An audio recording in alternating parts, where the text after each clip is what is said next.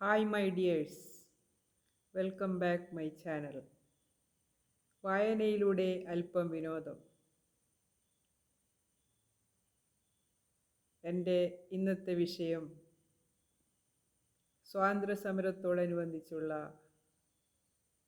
കുറച്ച് സംഭവങ്ങളാണ് ഞാൻ ഇവിടെ വായിക്കാൻ പോകുന്നത്.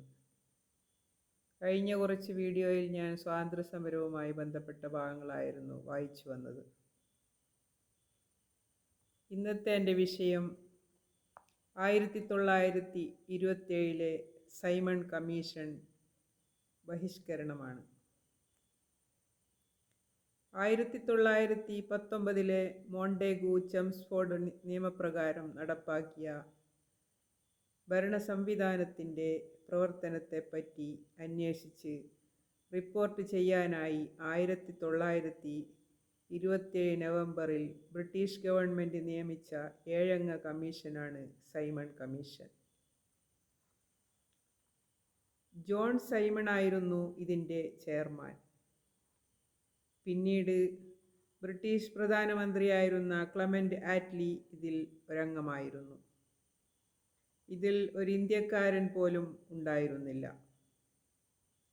കോൺഗ്രസ്, മുസ്ലിം ലീഗ്, ഹിന്ദു മഹാസഭ തുടങ്ങിയ രാഷ്ട്രീയ കക്ഷികൾ സൈമൺ കമ്മീഷനെ ബഹിഷ്കരിച്ചു.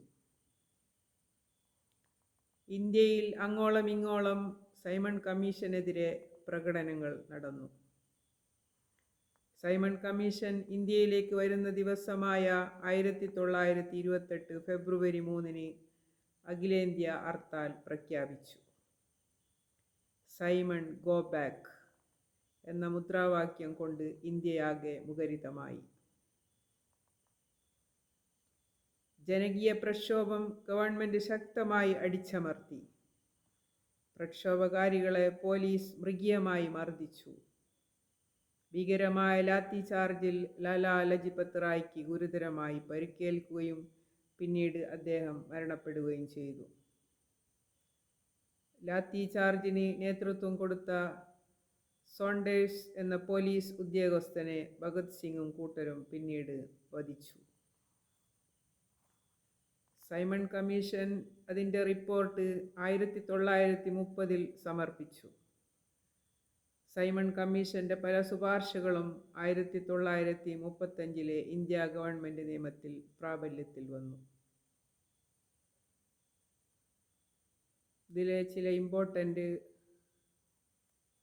പോയിന്റ്സ് ഒന്നുകൂടി വായിക്കുകയാണ്. ഇന്ത്യൻ നാഷണൽ കോൺഗ്രസിൻ്റെ പ്രസിഡന്റ് പദവിയിലെത്തിയ ആദ്യ ഇന്ത്യൻ വനിത Sarojini Naidu. Indian National Congress president സ്ഥാനത്തെത്തിയ ആദ്യത്തെ വനിത Annie Besant. Indian National Congress സമ്മേളനം അഭിസംബോധന ചെയ്ത ആദ്യ വനിത കാദംബിനി ഗാംഗുലി. ഇന്ത്യൻ നാഷണൽ ആർമിയിലെ INA വനിതാ വിഭാഗത്തിന് നേതൃത്വം നൽകിയത് ക്യാപ്റ്റൻ ലക്ഷ്മി സെഹ്റാൾ. ഇത്രയും പറഞ്ഞ് ഞാൻ എൻ്റെ ഇന്നത്തെ വായന ഇവിടെ നിർത്തുകയാണ്.